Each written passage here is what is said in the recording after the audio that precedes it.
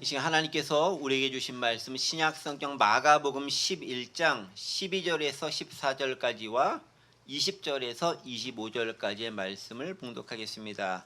우리 먼저 12절부터 14절까지 말씀인데 이걸 같이 한 목소리로 같이 함께 좀 먼저 14절까지 읽겠습니다.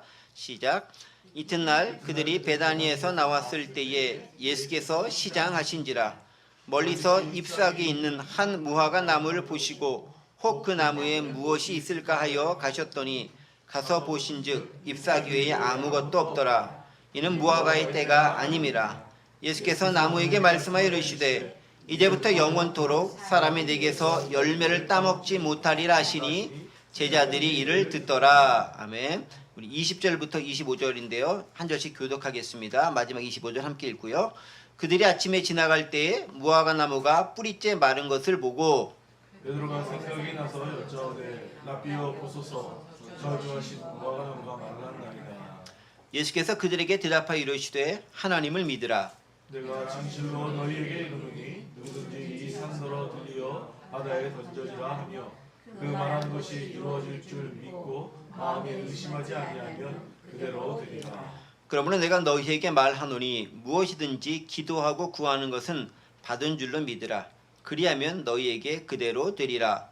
서서 기도할 때에 아무에게나 혐의가 있거든 용서하라. 그리하여야 하늘에 계신 너희 아버지께서도 너희 허물을 사하여 주시리라 하시니라. 아멘. 네. 오늘 함께 마가복음 11장에 있는 말씀을 가지고 특별히 무화과 나무와 관련된 사건을 중심으로 함께 우리에게 주시는 메시지를 생각해 보는 시간을 갖도록 하겠습니다. 지난 시간에 우리가 함께 봤었던 말씀은 성전 정화 사건과 그것에 대한 의미를 함께 생각해 봤었죠. 기억이 나시죠? 네, 오셨던 분들도 기억이 나실 거고 혹시 못 오셨던 분들도 영상으로 들으셔서 기억이 날 것이다 라고 저는 생각을 합니다. 그런데 이제 마가복음을 가만히 보고 있으면 성전 정화 사건이 오늘 본문 사이에 딱 중간에 끼어 들어있는 것을 발견할 수 있습니다. 그렇죠? 그래서 이제 그것을 제가 지난주에 인클루지오 구조다라는 말씀을 드렸고요. 그래서 인클루지오 구조라는 것도 띄워주시면 좋을 것 같아요.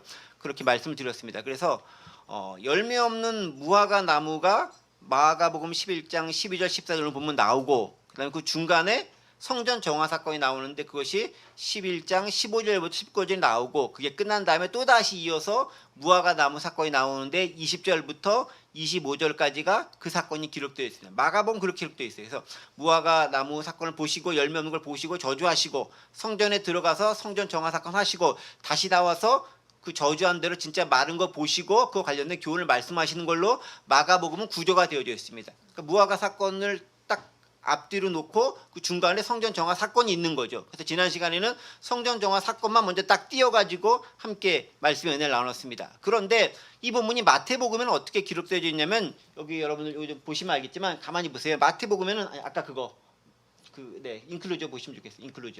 인클루저 보시면은 여기 이제 마태복음 보시면은 어떻게 있습니까? 마태복음 21장 18, 19절 있고 12, 17절 있고 20, 22절이 있죠. 순서대로. 이게 다르죠.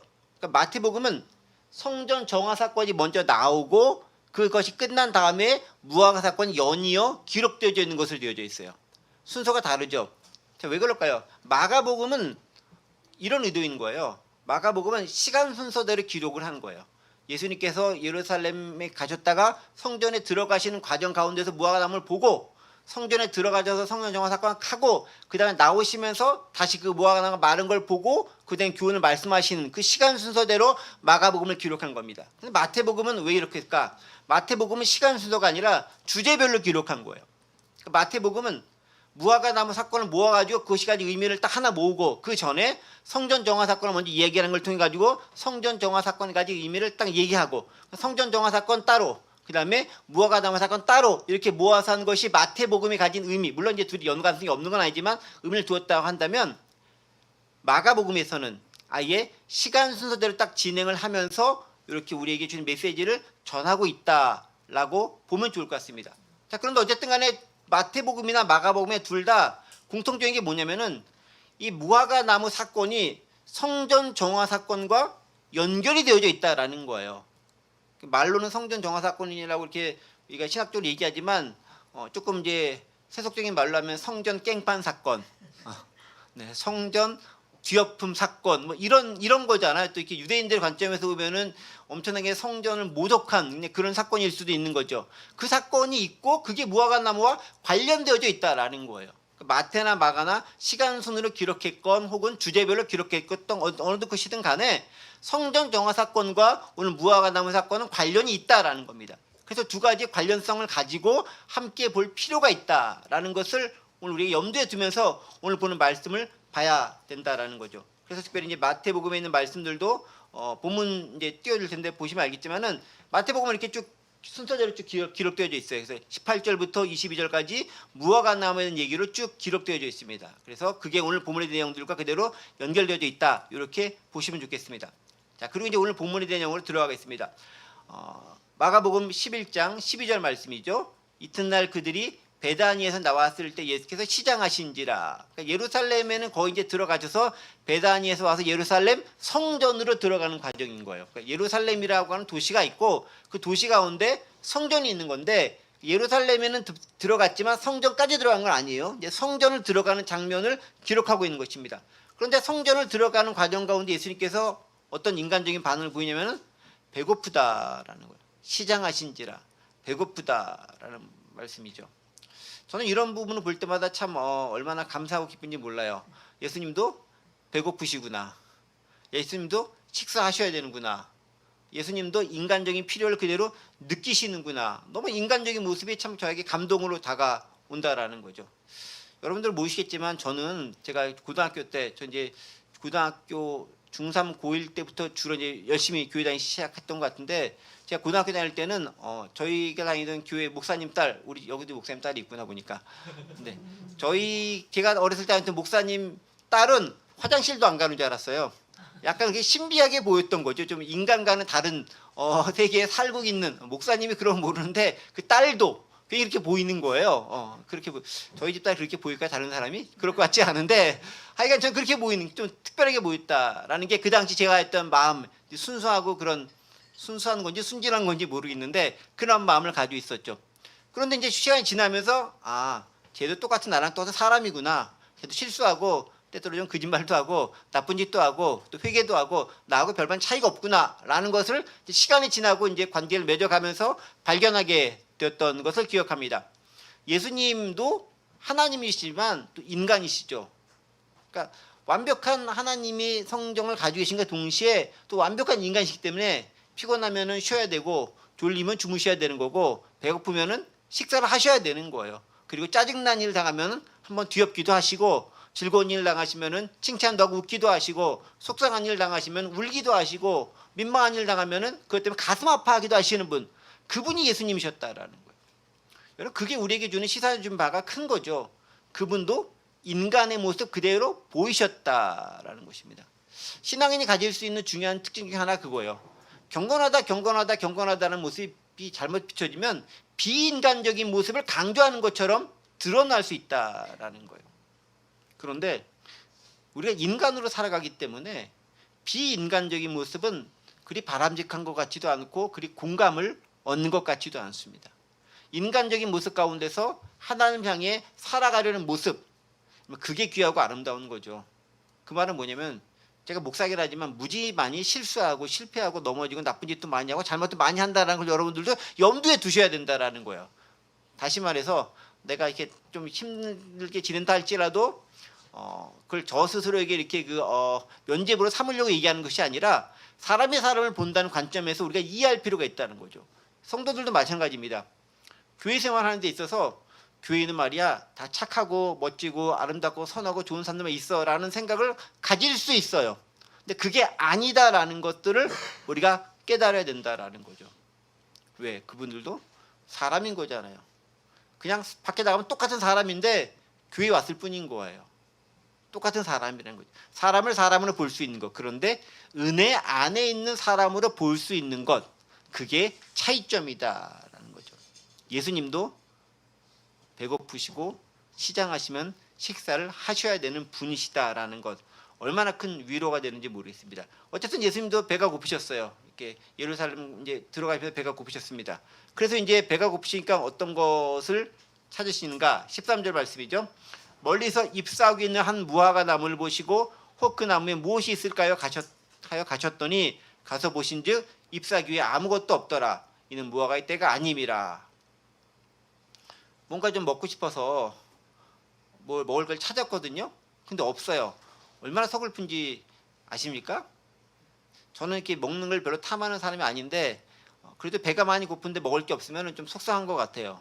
근데 좀 잘 드시는 분들 같은 경우는 엄청 짜증나는 것 같아요. 네. 이런 얘기하면 혼날 것 같은데 저희 부인님도 배가 많이 고프면 저한테 짜증을 종종 많이 내고 합니다. 근데 식사를 하고 나시면 언제 그랬냐는 듯이 바뀌더라고요. 야, 이게 먹는 게 중요하구나 라는 부분을 제가 여러 차례 경험을 했습니다. 네, 조금 이따 보시면서 얘기하세요. 지금 보지 말고. 네. 그 말은 뭐냐면 배가 고프면 본능이 충족되지 않으면 사람이 힘든 거예요. 그러니까 예수님도 인간이잖아. 그러니까 배고프면 어쨌든 간에 허기를 채워야 되는 거예요. 그래서 이제 딱 보니까 무화과 나무가 이제 실과인 거죠. 실과. 과실 수잖아요. 무화과 나무가. 딱 보시면서 뭐니 먹을 거 있나, 따먹을 열매가 있나를 찾아보신 것입니다.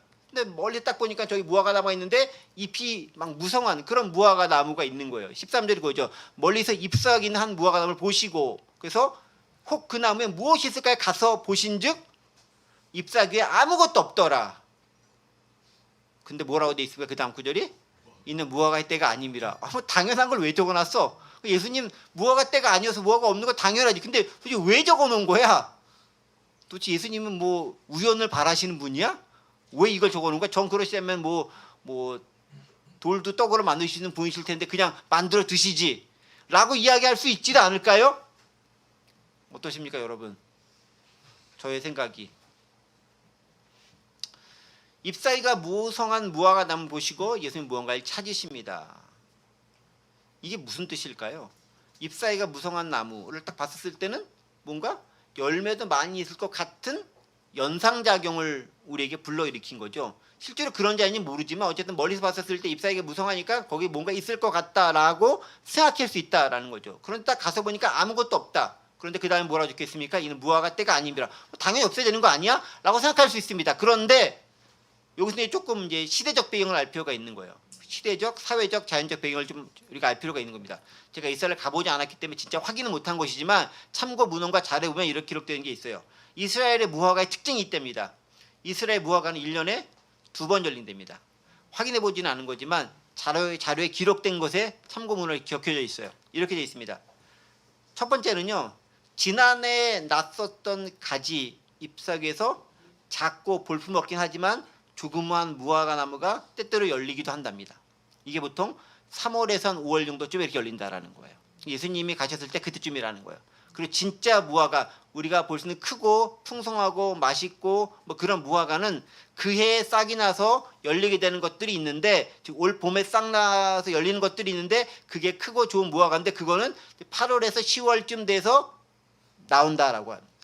예수님께서 가셨던 것은 8월에 10월쯤에 있었을 그 무화과 때는 아니라는 거예요. 그럼 언제쯤이냐면은 시기적으로 봤었을 때 작년에 났었던 가지와 잎사귀와 관련돼서 조그만 거라도 나올 수 있는 간헐적으로 나올 수 있는 그런 무화과라도 혹시 있으면 시장하시니까 따 먹겠다라는 의도를 가지고 말씀하셨을 것이다라고 이야기를 하는 겁니다. 그 당시 이제 사회 자연적 배경을 가지고 설명을 하는 거예요. 자, 그러다 보면 이제 조금 이제 말씀이 좀 이해가 되죠. 아니 무화과 때가 아닌데 무화과 찾는 게 잘못된 거 아니야라는 것이 아니라 무화과의 전성기 때는 아니지만 조그마한 거 하나라도 있을 수 있는 것을 기대하고 가셔서 딱 봤는데 없었단 말이에요. 그러니까 예수님께서 무척 실망하시게 되는 거죠. 그리고 이제 이어지는 구절 보면은 이렇게 14절 얘기하죠. 예수께서 나무에게 말씀해 이르시되 나무에게 얘기하시는 거예요. 사람이 아니라 자연만물 통치하시니까 이제부터 영원토록 사람이 네게서 열매를 따먹지 못하리라고 말씀하십니다. 이제 그 무화과는 앞으로 열매를 맺지 못한다라는 거예요. 엄청 무화과 나무한테는 슬프고 비극적인 사건이 일어나는 거죠. 말은 못하겠지만 무화과 나무가 무척 속상했겠죠. 의인화하면 그럴 것 같습니다. 자, 그러면 도대체 이 구절이 무슨 의미를 가지고 있는 구절인가라는 거죠. 특별히 이제 지금 발견했던 13절 말씀 멀리 잎사귀 있는 한 무화과나무를 보시고 그 나무에 무엇이 있을까 갔더니 가서 보신즉 잎사귀 아무것도 없더라. 그런데 무화과 때가 아닙니다라는 구절이 의미하는 바가 무엇인가라는 걸 조금 생각을 해 보도록 하겠습니다. 아까 말씀하셨듯이 이스라엘은 2번 정도의 무화과가 열리는 때가 있다라고 말씀을 드렸습니다. 그럼 예수님께서 가셨던 것은 두 번째 화려한 것이 아니라 첫 번째 보잘것없고 작은 것이랄지라도 조그만 것이라도 뭔가 있어야 될 것을 기대하고 갔는데 없었던 것에 대한 실망이다라는 것입니다. 무슨 말일까요? 예수님은 크고 화려한 것을 기대하지는 않는다는 거예요. 작더라도 그 시기에 뭔가 보여줘야 할 것은 보여줘야 한다는 것을 말씀하십니다. 여러분 오늘 말씀 13절 말씀 다시 한번 잘 보세요. 여기 보세요. 13절. 멀리서 잎사귀 한 무화과를 보시고 그 다음 구절 보세요. 혹 그 나무에 무엇이 있을까요? 가셨더니 무엇이 있을까요? 즉 뭐라도 조그만 거 하나라도 뭐 크고 화려하고 원래 당연히 있을 거 기대하지 않고 그래도 뭐라도 조그만 거라도 먹을 거 있을까라고 기대한 마음을 가서 보셨더니 아무것도 없었다라는 거예요. 여기 있죠. He went to find out if it had any fruit. 어떤 프루트라도 그 안에 발견할 수 있을까 해서 가봤는데 못 찾았다라고 기록하고 있어요. 그러니까 예수님께서는요. 그 무화과 나무에 크고 대단하고 화려한 뭔가를 기대한 게 아니에요. 그냥 내 허기를 조금 달래줄 수 있고 속일 수 있는 조그마한 거 하나라도 있으면 좋겠다는 심령을 가서 보신 거예요. 그런데 없었다라는 거예요. 우리가 그럴 수 있다라는 거예요. 우리 신앙인의 모습이 겉으로 보기에는 잎사귀가 많고 무성해가지고 멀리서 딱 보기에는 뭔가 되게 화려해 보일 수 있어요. 다 갖춰놓은 것처럼. 근데 막상 딱 가서 봤더니 그게 그 사람 전성기는 아니야. 그럼에도 불구하고 여전히 신앙적인 냄새, 신앙의 향기, 그리스도인으로서의 그 정체성, 그리스도인의 모습이 발견되고 보여야 된다라는 거예요. 근데 그것마저 없으면은 도대체 그가 거기 왜 있어야 되는지 모르겠다라는 거죠. 종종 그럴 수 있다라는 겁니다. 우리 신앙인의 모습이 신앙생활 오래 있지만 열매 없는 모습과 흡사할 수 있다라는 거예요. 그 열매가 크고 화려하고 대단한 그런 모습의 열매가 아니에요. 그냥 그것에 나무가 있기 때문에 당연히 그때쯤 돼서 조그마한 거 하나로 달려있을 만한 그 열매. 남들처럼 뭐 엄청난 열매가 아니라 아주 작은 거 하나라도 내 지금 현재 상황에서 맺을 수 있는 그 열매. 그걸 우리가 맺고 있는가라고 물으시고 그걸 찾으신다라는 거죠.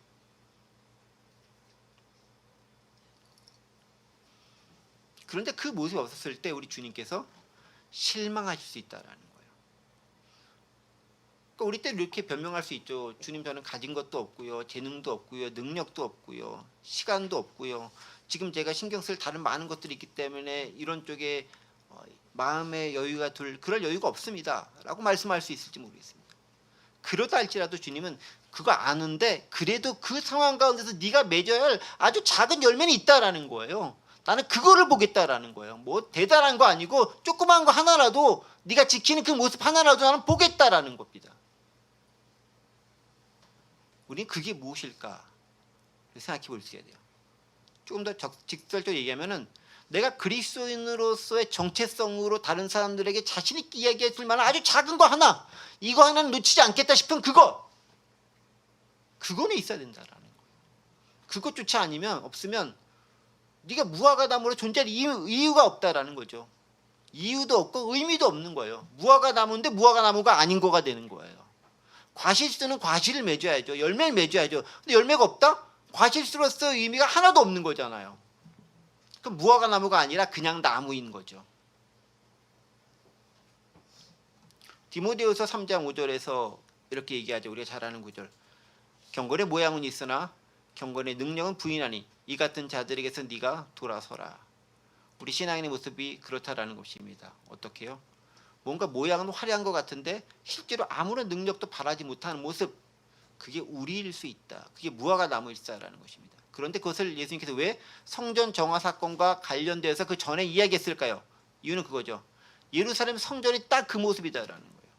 그 모습이 겉에서 봤을 때는 크고 화려하고 멋졌습니다. 제가 지난 시간에 우리 헤롯 성전 얼마나 크고 화려한지 말씀드렸죠.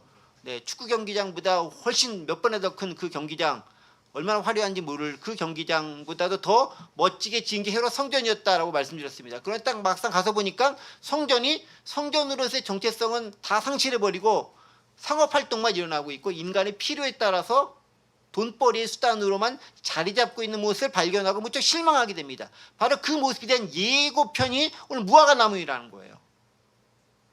겉에서 보기 잎사귀 무성해서 뭔가 화려하고 좋은 거 대단한 거 있을 것 같은데 딱 가서 봤더니 아주 기본적인 것조차 없다라는 거예요. 뭐가?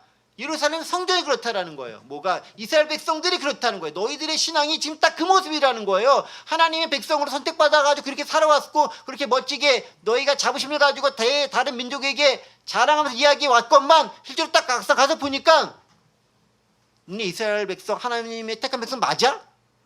라는 질문이 들 정도로 아무것도 없다라는 거예요. 예수님은 실망하신 거죠. 그래서 어떻게 하면 성전을 정화해버리는 거죠. 그거 없애버려야 된다는 거예요. 성전에 잘못된 거 싹 쓸어버리고 성전 본래의 기능을 찾아야 된다는 거예요. 잎사귀가 무성해가지고 잎사귀가 화려해 보이는데 최대한 화려한 거라도 싹 치워버리고 진짜 너의 본 모습을라도 보일 수 있도록 해야 된다는 거죠. 우리 개인에게 적용한다면 내가 예수 믿고 있지만 예수 믿는 사람으로서 정체성을 보이지 못하는 모습이라면 이스라엘 전체와 성전에 빗대어 설명하자면 성전이 성전으로서의 기능을 감당하지 못하고 이스라엘 백성이 하나님 택한 민족으로서의 역할을 감당하지 못하기 때문에 실망하신 예수님의 모습을 발견하게 되는 거죠. 그래서 14절에서 이렇게 얘기하죠. 예수께서 나무에게 말씀하여 이르시되 이제부터 영원토록 사람이 네게서 열매를 따먹지 못하리라. 이 나무라는 말 대신에 저의 이름을 한번 넣어보겠습니다. 이제부터 아무개에게 말씀하여 이르시되 이제부터 영원토록 사람이 네게서 열매를 따먹지 못하리라. 그러니까 하나님께서 지금 나에게서 기본적으로 있어야 될 열매를 기대하지 못하면은 우리에게 희망을 접어두는 거예요. 그것만큼 불행한 게 없는 거예요. 우리 자녀를 보면서도 그런 생각하잖아요. 얘가 아무리 말썽을 피우고 사고를 치고 할 때라도 너는 그래도 잘 될 거야. 내가 너에게 거는 희망이 있어. 지금은 좀 이렇게 좀 하지만 나중에 너를 통해서 큰일이 이룰 거야 라는 소망을 가지고 있으면 그 아이가 그 소망을 갖고 커요. 그런데 가장 큰 비극과 형벌은 아이의 소망을 접어버리는 거예요. 넌 아무 소망 없어. 딱 접어. 네 마음대로 해. 끊어버리는 거죠. 그러면 그것은 나와 관계가 없는 단절된 삶을 살아가는 거예요. 그러니까 주님께서 우리를 책망도 하고 혼내기도 하고 때로 징계하시는 거는 희망이 있기 때문에 그러는 거예요. 고쳐서라도 좀 해보자라는 거예요. 근데 그게 없을 때는 그냥 버려둬 버리는 거예요. 네 마음대로 해. 그러다 너 이제 죽어가야겠지? 신경 안 써. 끝. 이렇게 되는 거죠. 무화과 나무가 그렇게 하셨던 것처럼 오늘 우리에게, 우리의 교회에게, 우리 민족에게 그렇게 하지 말라는 법이 어디 있을까? 생각해 봐야 한다는 것이죠. 얼마나 엄청난 저주입니까? 이제부터 영원토록 사람이 네게서 열매를 따먹지 못하리라. 정체성이 무화과 나무인데 무화과는 열리지 않아. 그럼 나는 왜 무화과 나무인 거야? 라고 질문할 수밖에 없겠죠. 나무는요, 열매가 있어야 되는데 없으면 어떻게 될까요? 찍어서 버려지게 됩니다. 요한복음 15장 1, 2절에서 이야기하죠. 포도나무 비유를 가지고 예수님께서 말씀하십니다. 나는 참 포도나무여 내 아버지는 농부시라. 물은 내게 붙어있어 열매를 맺지 아니하는 가지는 아버지께서 그것을 제거해 버리시고 무릇 열매 맺는 가지는 더 열매를 맺게 하려여 그것을 깨끗하게 하시느니라. 무슨 말씀이죠? 열매 안 맺으면 나는 끝내버리고 이렇게 내가 다른 사람에게 걸리작거리는 방해물 될까 아예 싹 찍어 없애버리고 더 잘 되는 놈 잘 될 수 있도록 걔 도와준다라는 거예요. 얼마나 비극적인 일입니까? 우리 주님은 저희에게 작더라도 그때그때의 삶에서 필요한 그 열매를 바라고 계신다라는 거예요.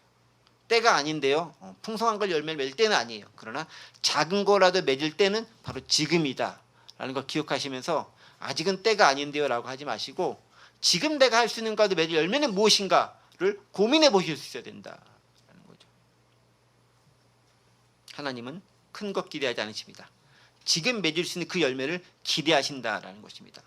이렇게 저주의 말씀하신 다음에 성전에 들어가셨습니다. 그리고 성전에서 사건을 한번 한바탕 하시고 거기 있는 사람들과 이제 뭐 바리새인들이라던가 성전 지도자들이라던가 제사장들과 한바탕 싸우신 다음에 다 정화 깨끗하게 하시고 깽판 부리신 다음에 죄송합니다. 깽판 치고 이제 나오셨습니다. 이제 그 다음 날 되어 나오신 거죠. 20절입니다. 20절. 그들이 아침에 지나갈 때 이제 다음 날 냈어요. 아침에 지나갈 때에 무화과 나무가 뿌리째 마른 것을 보고 말랐죠. 마태복음은 이런 시간적 것도 없이 그냥 예수님 말씀하실 때 바로 마른 것처럼 기록되어 있긴 해요. 근데 마태복음은 이제 주제별로 기록한 게 모아서 거기 때문에 시간을 축약해서 한 것이고 마가복음은 시간적 차이가 존재하죠. 그 전날 가서 얘기하고 그 다음에 와서 보니까 말랐더라. 이제 그 모습이에요.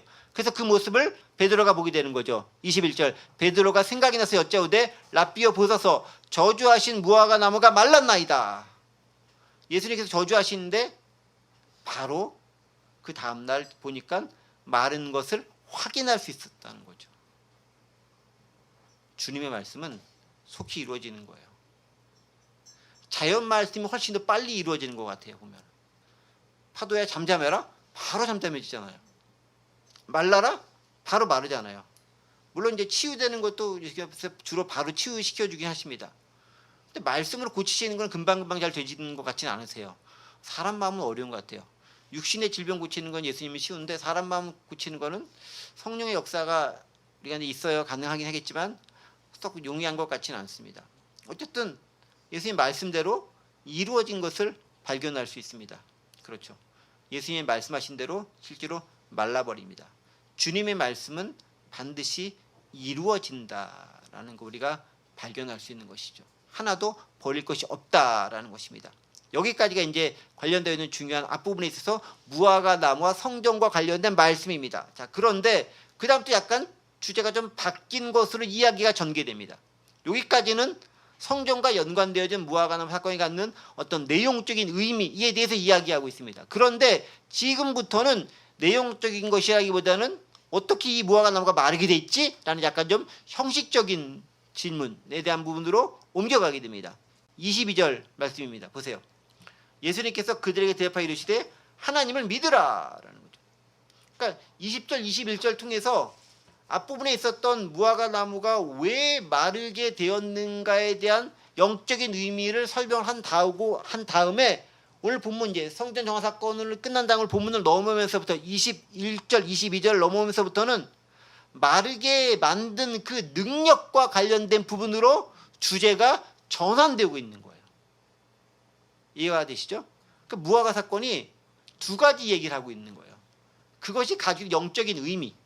두 번째는 무화과 나무가 어떻게 마르게 됐지? 이게 자연 법칙으로 가능한 거야? 라고 물을 수 있는 것에 대한 즉 예수님의 능력과 예수님의 기적을 행할 수 있는 그 모습에 대한 이유 및 원인에 대해서 이야기하고 있다는 거죠. 두 가지 것을 하나의 사건을 가지고 설명하고 있다는 것입니다. 예수님께서 얘기하죠. 베드로가 주님 무화과 나무 말랐는데요? 신기합니다. 베드로 입장에서는 뭐가 신기하냐면은 무화과 나무가 마른 것의 영적인 의미보다는 진짜 마른 게 신기해 보이는 거죠. 근데 신기해 보일 만한 게 아니죠. 왜냐하면 별걸 다 경험한 사람이 베드로 아니에요. 무리도 걸었지, 오병이어 사건도 있었지, 병자 고치는 거 수없이 많지, 귀신만 내쫓았지, 바다 잠잠했지. 이거 다 경험한 사람 베드로 직접 아니에요. 자신은 직접 다 경험했잖아요. 무리를 걷다가 빠지는 것까지 경험하고 풍랑이 낸 바다가 잠잠해지는 것도 경험한 사람이 베드로잖아요. 그럼 별로 놀랄 만한 것도 아닌데 또 얘기하죠. 주님 말씀하셨는데 이루어졌습니다라고 하면서 약간 베드로 성격 나오는 거죠. 이렇게 좀 약간 좀 존재감 드러내고 싶어하는 거, 좀 큰 소리 치고 싶어하는 거 여기서도 나오는 거죠. 다른 지도들 가만히 있는데 혼자 딱 나가지고 마치 새로운 거 발견한 것이냐. 다른 지하들은 당연히 그랬으려 믿고 있었을 수도 있는데 어쨌든 베드로는 언급을 합니다. 주님 말랐습니다. 베드로의 말은 어떻게 가능한 거죠? 라고 물을 수 있는 그런 생각을 염두에 두고서 질문한 거죠. 예수님께서 22절에 얘기하죠. 예수께서 그들의 대답하여 이르시되 하나님을 믿으라. 어떻게 말랐습니까? 답은 간단해. 하나님 믿으면 돼. 무척 단순하죠? 하나님 믿으면 돼. 근데 왜 우리는 그게 잘 안 될까요? 참 어렵죠? 성경은 단순한데 우리에게 적용하면은 어려운 게 믿음 생활인 것 같습니다. 자, 하나님을 믿으라라는 말인데 이게 이제 영어 성경을 뭐라고 되냐면은 이렇게 돼 있죠. 하나님을 믿으라. Have faith in God. 하나님 안에서 너의 믿음을 가지라라고 되어져 있죠. 네. 뭐 이게 하나님 믿으라고 하면 똑같은 말이긴 하지만 약간 뉘앙스 차이가 나죠. 하나님 안에서 믿음을 좀 가져라. 믿음을 강조하는 거죠. 믿음을 가지라라고 얘기합니다. 믿음을 가지라. 믿음을 가지라. 단지 믿으라는 게 아니라 믿음을 가지라라고 이야기하고 있습니다. 그 믿음을 갖지 못한 모습들이 우리 가운데 많이 있다는 것을 의미하고 있는 거죠. 여러분 그렇죠? 여기서 이제 예수님께서 주제를 변환시키면서 우리가 어떻게 사는 것이 제자의 삶, 능력 있는 삶을 살아가는 것인가에 대한 주제를 이제 옮겨가고 있는 거예요. 네. 너희의 모습이 그리스도인으로서 정체성을 보이지 못했다면 그것은 열매 없는 신앙인의 모습이야라고 질책하신 다음에 그러면 어떻게 해야 능력 있고 은혜롭고 그리고 제대로 된 신앙인을 삶을 살아갈 수 있는 것인가에 대한 주제로 살짝 넘어가시는 과정 가운데 있다는 것입니다. 거기서 필요한 것이 뭐다? 믿음에 대한 문제다라는 거예요. 믿음에 대한 문제를. 무화과 나무 사건을 통해서 두 가지 것을 다 얘기하고 있는 거죠. 왜 무화과가 마를 수밖에 없느냐? 근본적인 내적 원인을 얘기하시고 그다음에 그럼 어떻게 하면 잘 살 수 있겠느냐? 그게 믿음의 문제다라고 얘기하시면서 다른 주제로 넘어가시는 것을 오늘 본문을 통해 발견할 수 있습니다. 자 보십시오. 그렇다면 생명력을 상실한 무화과 나무, 왜 무화과 나무 생명력을 상실했을까? 무화과 나무 자체가 뭐 믿음이 있고 없고 그러지 않을 거 아니에요. 그럼 무화과 나무를 통해서 우리가 발견할 수 있는 교훈은 무엇인가라는 거죠. 그것이 바로 너에게 믿음에 대한 문제로 치환될 수 있다라는 것입니다. 우리가 왜 열매가 없는가? 우리 공동체에 왜 열매가 없는가? 이에 대한 부분들을 이야기하고 있는 거죠. 이스라엘에 왜 열매가 없는가? 사람들이 왜 능력을 행하고 있지 못하는가? 왜 생명력이 없는가? 그 정답은 뭐라고요? 믿음에 대한 문제다라고 얘기하고 있죠. 믿음이 없기 때문이다. 공동체는 믿음으로 세워져야 되는데 그렇지 못하다라는 것들을 오늘 본문에서 이야기하고 있다라는 것입니다. 그러면서 이제 조금 더 구체적으로 발전시킵니다. 23절이죠. 내가 진실로 너희에게 이르노니 누구든지 이 산더로 들리어 바다에 던져지라 하며 그 말하는 것이 이루어질 줄 알고 마음에 의심하지 아니하면 그대로 되리라. 24절도요. 그러면 내가 너에게 말하노니 무엇인지 기도하고 공경해서 받은 줄을 믿으라. 그리하면 너희에게 그대로 되니라. 그대로 되니라, 그대로 되리냐가 23절과 24절을 두 번씩 반복되고 있습니다. 그대로 된다라는 거예요. 뭐 어떻게 하면 믿고 의심하지 아니하면 그대로 되리라. 자, 능력 있는 삶을 살아가는 방법에 대해서 이야기하고 있는 거죠. 능력 있는 삶, 응답받는 기도의 조건이 무엇인가에 대해서 우리에게 이야기해주고 있습니다. 뭐라고 얘기합니까? 첫 번째 방법, 믿고 의심하지 말아라. 믿고 의심하지 말아라. 여기까지 원리니까 알 수 있을 것 같아. 그런데 그 다음에는 원리긴 하지만 좀 무척 힘들죠. 우리를 어렵게 하는 구절이 나옵니다. 23절 보세요. 내가 진실로 너에게 노니 누구든지 이 산더로 들리어 바다에 던져지라 하며 그 말하는 거 이룰 줄 믿고 마음에 의심하지 않으면 그대로 되리라. 이 말씀 여러분 그대로 믿으시죠? 대답을 안 하시네. 진짜 그럴까? 그런 생각이신 거죠? 저희가 이제 북악산에 있잖아요. 북악산이 그대로 들려져서 한강에 그 북악산이 옮겨질 거야 라고 지금부터 믿으시면 옮겨지겠죠? 안 옮겨지면 우리가 다 믿음이 다 없는 사람이 되는 거예요. 우리는 믿음이 없는 사람일까요? 헛된 믿음을 가진 사람일까요? 어떻게 생각하십니까? 이런 구절을 보시면 좀 이렇게 마음이 어려워지지 않으세요? 그러니까 예수님은 그렇게 할 수 있다고 쳐. 그래 많이 받아서 사도들까지 할 수 있다고 쳐. 뭐 같이 있었으니까. 그럼 나는 왜 잘 안 될까요? 뭐 산 옮겨지는 거는 둘째 쳐. 저기는 나무만 뽑혀달라고 해도 잘 안 뽑히잖아요. 나무는 무슨 나무야? 저기 있는 저기 여기서 딱 해서 염력으로라도 옮길 수 있으면 옮겼으면 좋겠다 싶으면 망가지고 저기 유리라도 컵이라도 옮겨줘라. 안 옮기잖아요. 아무리 안 옮기겠는데 쳐다봐도 왜 저희는 안 될까요? 믿음이 없는 거겠죠? 그럴까요? 우리에게 적용하는 건 어려운 문제인 것 같아요. 예수님은 그렇게 하지만 그럼 어떻게 생각하면 좋을까? 그러면 산을 옮긴다라는 것은 상당히 나름대로 관용적인 문구이기도 합니다. 어떤 거냐면은 산을 옮긴다는 것은 무척 어려운 일, 불가능한 일을 이룬다라는 거예요. 산을 옮긴다? 여러분 그거 오늘날에도 공사에 산 옮기려고 하면은 엄청 시간 걸립니다. 포크레인이라든가 중장비 엄청나 많이 동원돼 가지고 오랜 기간 동안 해야 비로소 옮겨질까 말까 해요. 물론 그렇게 해서 산을 옮기긴 해요. 그 산 옮겨가지고 바다 메꾸고 강 메꾸고 땅 만들어 오면은 그렇게 하긴 합니다. 많은 중장비가 동원돼서 시간이 필요해서 이루어지긴 하는 거죠. 믿음으로 내 손 산을 까딱하지 않고 옮길 수 있는 방법? 우리가 물리적으로는 불가능하겠죠. 그 말은 뭐냐면 불가능한 일이라는 거예요. 불가능한 일. 관용적인 표현이죠. 불가능하다라는 겁니다. 그런데 옮겨질 수 있다라는 거예요. 어떻게 하면 믿음이 있으면 됐다라는 거예요. 그 말은 뭐냐면 실제로 산을 옮겨야 된다라는 걸 이야기하고 있는 게 아니에요. 왜냐하면 산을 옮길 필요가 없는 거죠. 믿음은요, 내가 잘하는지 못하는지 드러내고 과시하고 시험해보기 위한 목적으로 믿음을 사용하는 게 아니에요. 믿음은 생명을 위해서 필요한 거고요. 믿음은 하나님 믿는 구원에 서 필요한 것이지 내가 드러내고 내가 잘하나 맨날 그리고 확인해보고 뭐 그런 측면으로 이런 종류의 기적이 사용되는 게 아니라는 거예요. 만약 그렇게 사용된다면 예수님께서 이미 사탄이 광야에서 시험했을 때 또 뛰어내려 천사가 붙잡을 거야. 뛰어내렸을 거고요. 이 돌로 떡 만들어 이미 만들었을 것이고요. 그렇게 했을 거라는 거죠. 그래서 안 하죠. 왜? 필요가 없으니까. 그게 복음과 별 관계가 없는 거예요. 예수님께서 사람을 많이 고치시고 귀신을 아무리 많이 쫓아내셨어도 믿을 놈 믿고 안 믿으면 안 믿었는데 그거 한다고 되느냐? 아니에요. 그냥 그거 자체만 유명해지는 거예요. 그게 진짜 구원과 연관이 되느냐? 별개의 문제일 수 있다는 거죠. 뭐냐? 믿음이라는 것은 불가능해 보이는 그것이 할지라도 내가 믿고 구할 수 있는 것, 그리고 이루어지는 걸 보는 것, 그게 믿음이라는 것을 드러내는 관용적 표현인 겁니다. 자, 그렇다면은 우리에게 어떻게 적용할 수 있는가라는 거예요. 우리가 지금 뭐 실제로 불가능해 보이는 많은 일들이 있어요. 산을 옮기는 일은 필요 없는 일이잖아요. 그게 뭐가 우리에게 지금 당장 구원 관련해서 필요하고 유익하겠습니까? 만약에 산을 잘 옮기면은 관련되는 많은 사람들이 죽을 수도 있고 사건 큰일 생기고 엄청나게 감당하지 못할 일이 생기는 거잖아요. 그런 일이 있을 필요가 없는 거죠. 그러면 우리에게 있어 진짜 어렵고 힘든 일 있을 수 있는 거죠.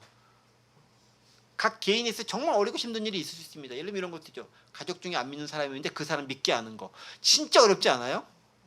산을 옮기는 것보다 더 어려운 일인 거죠. 때로는 보면은 나랑 같이 사는 그 왼수 같은 그 사람 교회 좀 나오게 하는 거 제일 어려운 일인 경우 많이 있는 사람들이 있어요. 평생의 기도 제목인데 마지막 가는 순간까지 안 이루어지다가 운명하시는 그 순간에 믿어 하고 이렇게 가시는 분도 계시고 그나마도 다행이지. 어렵다라는 거죠. 그런 일들이 어떻게 되느냐? 그게 믿음으로 된다라는 거예요. 어떻게? 믿고 의심하지 아니하면 가능하게 한다. 즉 뭐냐? 기도는 불가능한 일을 가능하게 한다라는 거예요. 응답받는 조건이죠. 신앙인 어떤 삶? 믿음의 기도를 통해서 역사가 이루어진다라는 것입니다. 믿음의 기도를 통해 역사가 이루어진다라는 것. 그런데 이게 실제로 예수님도 그렇게 얘기하십니다. 이 말씀뿐만이 아니라 요한복음에서도 기록되는 말씀이 있어요. 예를 들면 요한복음 14장 12절 14절에 있는 말씀인데요. 이렇게 기록되어 있죠. 읽을게요. 내가 진실로 진실로 너에게 이르노니 나를 믿는 자는 내가 하는 그 일을 그도 할 것이요. 나는 그만큼 했으면 좋겠습니다. 그런데 또한 그보다 큰 일도 하리니 이는 내가 아버지께 감이라. 너희가 내 이름을 무엇을 구하든지 내가 행하리니 이는 아버지로 하여금 아들로 말미암아 영광을 받으시게 하려 함이라. 내 이름으로 무엇이든지 구하면 내게 구하면 그대가 행하리라. 고 요한복음에서 제자들에 대해서 하나님께 기도하면서 말씀하시는 장면이 나옵니다. 실제로 예수님의 제자들이 예수님보다 훨씬 더 많은 일들을 사도행전을 보면 행하고 있습니다. 죽은 자도 살리고 병자 고치고 뭐 독사가 물어도 멀쩡하고 뭐 그런 일들 많이 실제로 제자들이 이뤄내고 있죠. 또 변화시키고 회개시키는 것도 엄청나게 하죠. 베드로도 뭐 한번 이렇게 했더니 엄청나게 많은 사람 돌아오고 뭐 이런 일을 하잖아요. 예수님도 잘 못하셨던 거 하시잖아요. 실제로 그 일을 한다는 거죠. 근데 뭐 관련된 겁니까? 나를 드러내고 내가 높이고 내 유익을 위해서 하는 일이 아니죠. 어떤 일입니까? 복음을 위해 관련된 일들이 그렇게 하신다라는 거죠. 예수님의 관심이 뭐냐면은 하나님 나라와 복음, 하나님 나라 이 땅에 어떻게 건설하는 게 관심이 있는 거지, 네가 잘 먹고 잘 살고 네 편의와 유익을 위해서 사는 것, 거기 관심이 있는 게 아니라는 거예요. 그렇게 기도를 사용하지 말라라는 거예요. 하나님 나라를 위해서 네가 불가능했던 일을 할지라도 네가 기도에 있었을 때 그 기도가 응답되어진다라는 거였어요. 어떻게? 하나님의 나라를 위해서, 복음을 위해서 그렇게 행했느냐를 우리에게 보고 물어보시고 확인해 본다라는 거죠.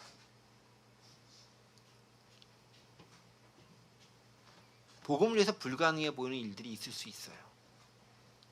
하나님 저 북녘 땅에 복음이 들어가게 해주세요. 도대체 불가능해 보여요.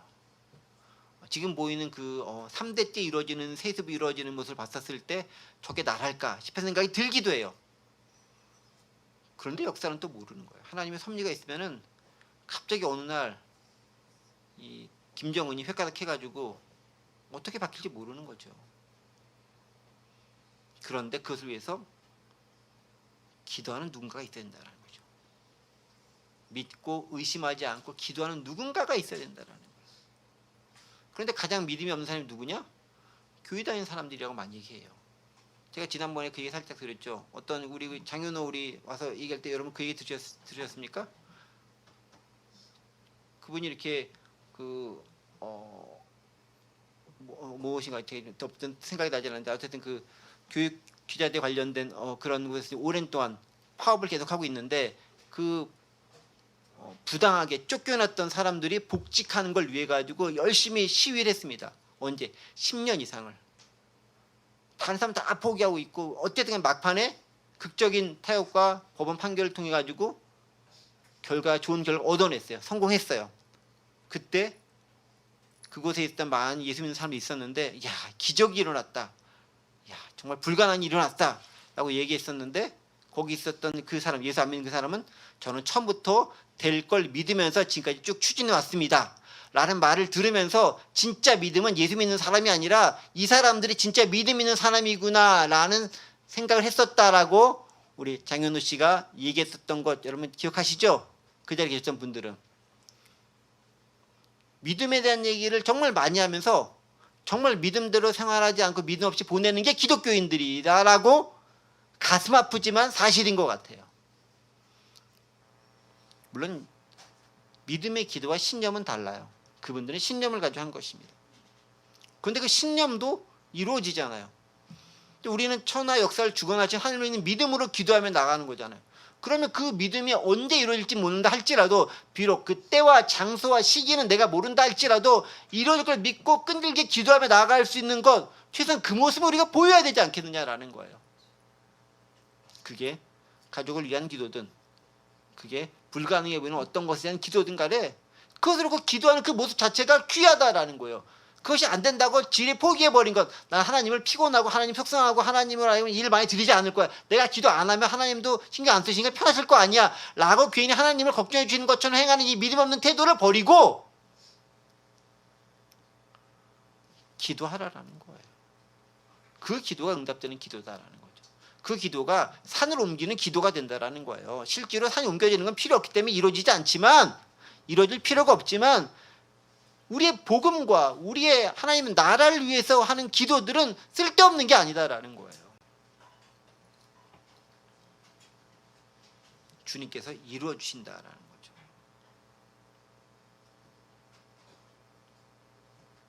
그래서 의심하지 않고 하는 기도가 무척 중요한 겁니다. 야고보서 1장 6절과 7절에 이런 말씀이 있어요. 야고보서 1장 6, 7절입니다. 오직 믿음으로 가고 조금도 의심하지 말라. 의심하는 자는 마치 바람에 밀려 요동하는 바다 물결 같으니 이런 사람은 무엇이니 죽기 없게 생각하지 말라. 그러니까 믿음을 가장 많이 하는 기독교인들이 믿음을 많이 얘기하지만 믿음대로 기도하지 않는 거죠. 그리고 기도하면서 안 될 거야, 되면 좋지만 그쯤 정도쯤 되는 자세를 가지고 기도하는 거죠. 그런 사람은 죽기 없기를 생각하지 말라. 안 주시는 거죠. 우리가 진짜 믿음으로 기도하는가를 생각해 봐야 되는 거예요. 물론 지금 당장 내가 원하는 때가 아닐 수 있어요. 왜냐하면 가장 좋은 때는 하나님이 원하시는 그때인데 내가 그때를 지정할 수는 없어요. 별 의미가 없는 거죠. 그럼에도 하나님 보시기에 가장 좋은 때 이럴 것을 믿고 기도하는 게 우리의 사명이다라는 거예요. 그럼에도 응답되지 않는 기도가 있습니다. 어느 기도냐? 야고보서 4장 3절에 정확히 얘기하고 있습니다. 구하여도 받지 못함은 정욕으로 쓰려고 잘못 구하기 때문이라. 무슨 얘기예요? 내 욕심대로 구하는 기도 응답 안 된다라는 거예요. 그러니까 산을 옮겨주십시오. 이게 왜 응답 안 되겠어요? 필요 없는 기도다라는 거죠. 욕심대로 쓰는. 네. 드러내고 과시하고 되나 안 되나 시험한 이런 기도 필요 없는 거라는 거죠. 하나님의 나라와 복음을 위한 그 기도를 네가 믿음으로 하고 있는가라고 질문하고 있는 것입니다. 특별히 더 중요한 것은 하나님의 뜻대로 구하는 게 중요한 거죠. 내가 원하는 대로 막 믿습니다 아무리 해도 안 되는 거고요. 하나님의 뜻대로 하나님 안에서 구했을 때 그 기도가 들어지는 거, 그것이 끊이지 않는 기도가 하나님과 교제를 통해서 역사되어지고 이루어지는 기도가 되는 것들이지, 내가 원하는 것대로 신념대로, 물론 이제 그렇게 아까 말씀했던 그 사건 그분처럼 신념대로 이루어지는 것도 우리 역사 가운데, 인류 역사 가운데 많이 있습니다. 하물며 기독교인이라고 한다면 믿음대로 구해야 되지 않겠느냐. 한 가지만 더 얘기합니다. 이렇게 응답되어지는 기도, 첫 번째 요건은 믿음을 가지고 끝까지 포기하지 않고 기도하는 것입니다. 두 번째 중요한 응답되어지는 신앙인의 자세가 있습니다. 그게 25절에 기록되어 있죠. 서서 기도할 때 아무에게 혐의가 있거든 용서하라. 그리하여 하늘에 계신 너희 아버지께서도 너희 허물을 사하여 주시리라. 두 번째 조건 뭡니까? 용서하는 삶을 통해서 기도가 응답되어진다는 거예요. 하나님 나라를 위해서 열심히 기도하는 것까지는 좋은데, 다른 사람한테 못된 짓 한참 하고 나서 원성 막 들고 있는데 그걸 가지고 기도한다? 이 위선적인 사람아, 바리새인들의 욕했던 모습이 그대로 우리에게 들어올 수 있다라는 거죠. 무슨 얘기입니까? 다른 사람 관계 먼저 회복하고 나서 기도하라라는 거예요. 왜 기도 응답이 안 되는가? 관계를 그대로 꽉 막힌 채로 뭐 하려고 하니까 안 되는 거죠.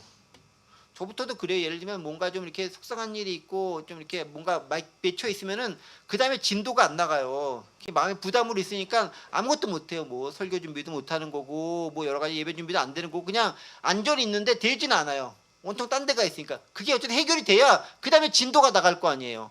마찬가지죠. 사람과의 관계가 풀리지 않는데 하나님과 관계성도 안 풀린다라는 거예요. 그래서 마태복음에서도 또 얘기합니다. 마태복음 18장 18에서 20절까지 기도의 전제 조건인데요. 진실로 너희에게 이르노니 무엇이니 너희가 땅에서 매면 하늘에서 매일 것이요 무엇이니 땅에서 풀면 하늘에서도 풀리리라. 19절 진실로 다시 너희에게 이르노니 너희 중에 두 사람의 땅에서 합심하여 무엇이니 구하면 하늘에 계신 내 아버지께서 그들을 위하여 이루게 하시리라. 20절 두세 사람이 내 이름으로 모인 곳에 나도 그들 중에 있느니라. 무슨 말씀이에요?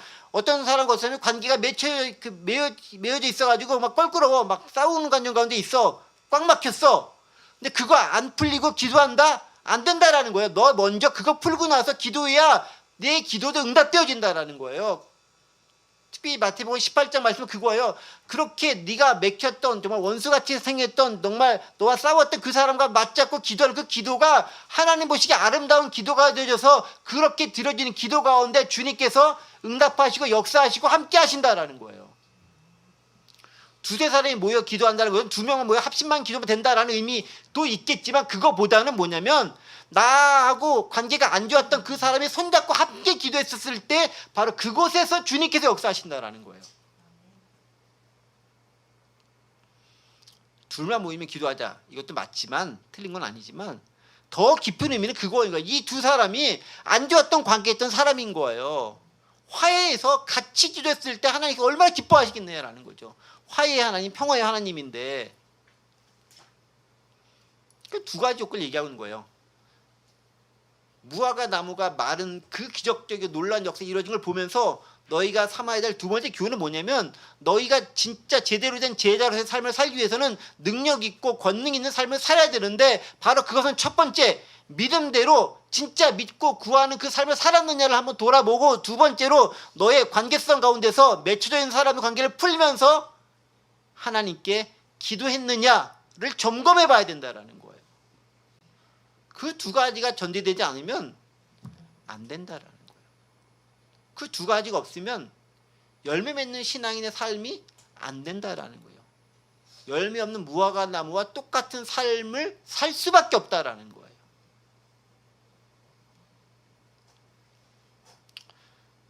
말씀을 정리하겠습니다. 무화과 나무 사건을 통해서 두 가지를 말씀하시는 거예요. 내용과 의미에 대해서 영적인 의미를 가지고 이야기하는 거죠. 너희가 겉으로 그럴싸해 보이지만 진짜 네가 무화과 나무 그리스도인으로서의 정체성을 드러낼 수 있는 그 열매 있느냐? 그걸 한번 보여라 라는 것이고, 두 번째는 그런 삶을 살기 위해서는 믿음으로 삶을 살아야 되는데 그 믿음으로 살아간다는 것은 결코 실패하지 않고 끊이지 않는 끈질긴 기도, 믿음으로 구하는 기도, 더불어서 인간과의 관계성 속에서 하나님의 그것을 풀고서 기도하며 나아갈 수 있는 그 모습이 전제되어 있는가를 먼저 확인해 봐야 된다고 말씀하십니다. 우리 스스로에게 적용해 봐야죠. 왜 내 믿음 생활은 이럴까? 왜 내 기도는 이럴까? 왜 나는 응답받지 못할까? 라는 부분들을 오늘 무화과 사건을 통해서 함께 적용해 보면서 여러분 각자의 삶 속에서 귀한 열매를 맺을 수 있는 아름다운 신앙인 제자들이 되시기를 간절히 원합니다. 기도합니다. 하나님 아버지, 무화과 나무 사건을 통해서 우리의 신앙의 모습을 다시 한번 되돌아봅니다. 겉은 화려하고 똑바로 된 것처럼 보이지만 막상 가까이 다가갔을 때 아무것도 없는 빈털터리와 같은 정체성마저 포기해버린 그 모습이 혹시 우리의 모습이 아닌지 이 시간 돌아봅니다. 더하여 믿음의 삶을 산다는 것을 말로는 이야기하고 머리로는 알고 있지만 실제로 삶에서 그 믿음을 가지고 기도하는지, 그리고 관계성 가운데 아름답고 회복하고 화해한 가운데 주님께 기도를 드리는지 우리 자신을 점검해 보기 원합니다. 믿음대로 살아갈 수 있는 아름다운 공동체, 제자 공동체, 하나님 나라 백성의 삶 제대로 살아갈 수 있도록 도우시고 역사하여 주옵소서. 감사드리며 예수 그리스도의 이름으로 기도드립니다. 아멘.